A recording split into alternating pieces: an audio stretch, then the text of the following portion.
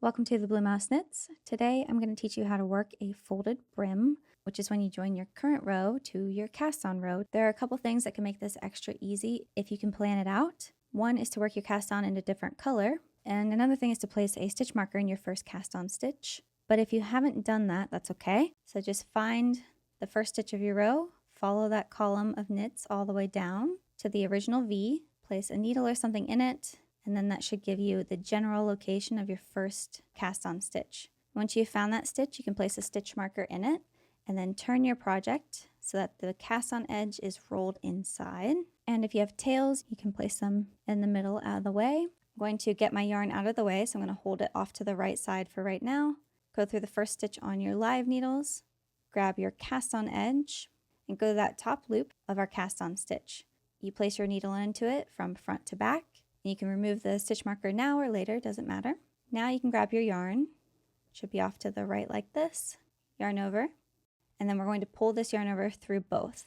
So pull it through your cast on stitch, then pull it through your live stitch, slide that live stitch off your needle, and you've just joined one stitch. And we just keep doing that across. So again, keep your yarn out of the way, go into the live stitch, and then go into the next cast on edge, so not this loop, but the next one over, front to back. Now you can grab your yarn, yarn over, pull through that cast on stitch, pull through your live stitch, slide that stitch off your left hand needle, and that's pretty much it.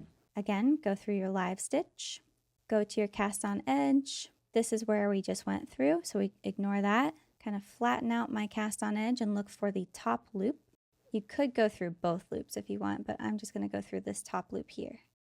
So find that next one, stick your right needle through it, yarn over, pull your yarn through to essentially knit it, pull your yarn through your live stitch to knit it, and slide that live stitch off, and you just keep going.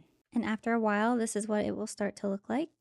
This section is all joined. There's kind of a purl bump ridge here, but it creates a nice rounded edge.